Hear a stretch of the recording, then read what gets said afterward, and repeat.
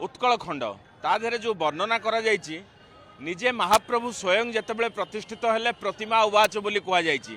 जगन्नाथ महाप्रभु निज श्रीमुखरे कहिसंती जे हे राजा आषाढ़ शुक्ल द्वितीया दिवस अवसर रे तुमे मोर नवदिनात्मक रथयात्रा अभियान करिवो। तेणु महाप्रभुंकर आदेश शास्त्रीय मत ये सबु दृष्टि विश्व प्रसिद्ध घोषयात्रा तार गोटे रहुची उपादेयता सारा विश्व को महाप्रभु पतित पावन अर्थे प्रासादु बाहर। तेणु पतित जनक उद्धार करने रत्न सिंहासन चका बैठी परित्याग करिथांती। दुई थर परित्याग करिथांती, गोटे हला स्नान यात्रा एवं गोटे हला घोषयात्रा। किंतु ए दुईटी जेहेतु प्रमुख यात्रा एवं विश्व रे समस्त भक्त एवं श्रद्धालु मानकर समागम होता है श्रीक्षेत्र में, तेणु एक गोटे लाभजनक उपाय बा रोजगार बा कमर्शियल भाव में इस्कन संस्था यहाँ ग्रहण करिछि एवं विगत दिवस मानक अधीन रथयात्रा करी गोटे माहौल सृष्टि करुच्ची। ताद्वारा तार आर्थिक उन्नति अनेकांश साधित होउछि। किंतु ए दिगरे आमर आद्य सेवक जे कि आमर गजपति महाराजा विभिन्न प्रकार निवेदन अनुनय अनुरोध करिसंती। मायापुर तांकर मुख्य संस्था को मध्य अनुरोध करा जायछि।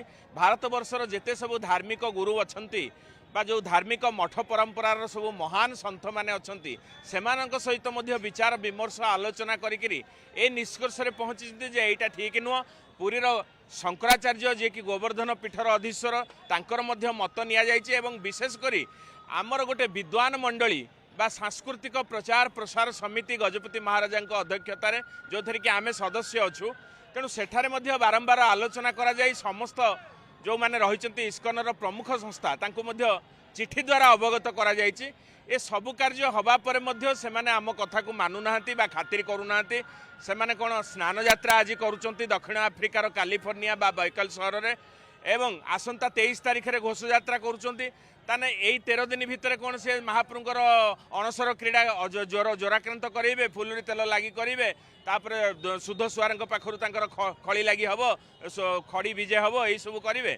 तेणु एगुड़िक गोटे पागलर प्रलाप विनाश काले विपरीत बुद्धि।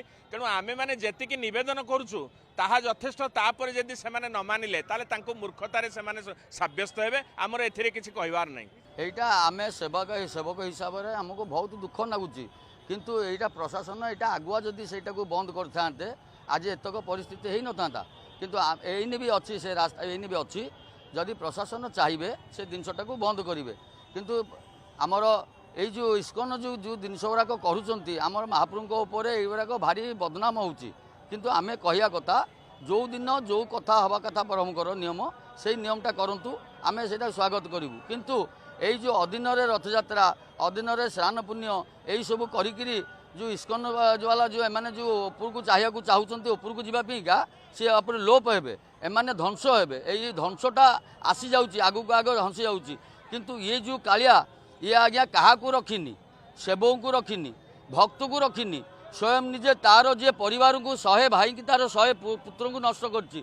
आउ ये इस्कन ये गोटे केते दिन लोक मैंने यही सब जिनस करने नरमाया एगुड़ाक से आमे चाहूँ यही जिनस गुड़ा बंद करा जाऊ। बंद करी जो दिन जहाँ जहाँ नियम अच्छी प्रभुंकर से नियम अनुसार ये मैंने चलतु आमे यहाँ को स्वागत करूँ।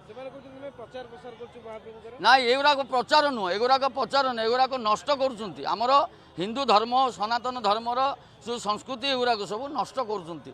आमे एगुड़ाक आमे एतिकी हाथ जोड़िकी रिक्वेस्ट करुँ जे एगुड़ाक बंद करा जाऊ एटा को टोटाली बंद करा जाऊ। सारा भारतवासी की आमे एतिकी रिक्वेस्ट करुँ हिंदू धर्म एवं सनातन धर्म लोक को आमे एतिकी कहूँ जे ये जिनसटा को समस्ते बंद करा जाऊ एवं एटा को विरोध करा जाऊ।